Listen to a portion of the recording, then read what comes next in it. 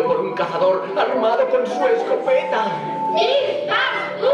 De pronto, el lobito vio una luz y se escondió. Era el portal de Belén. Corre que corre, un lobito se escondió.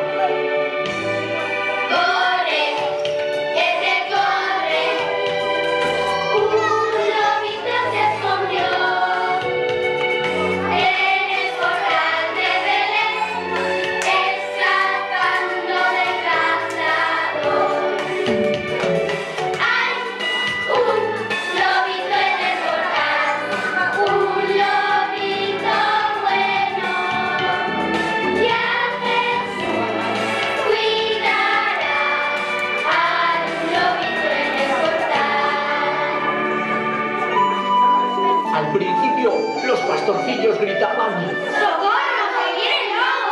¡Pero los corderitos se escapaban!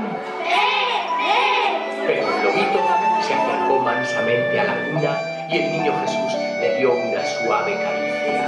¡Bien! Vamos, pastorcillos, al lobito